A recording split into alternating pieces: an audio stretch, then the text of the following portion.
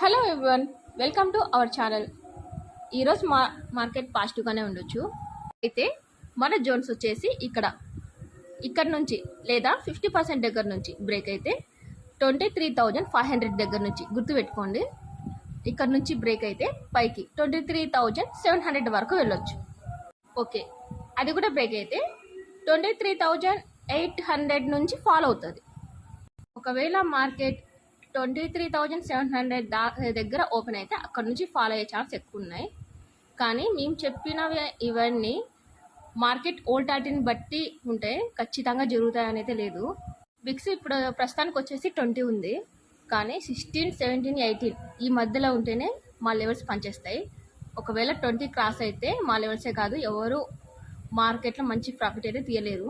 అప్పుడు కొంచెం దూరంగా ఉండడం బెటర్.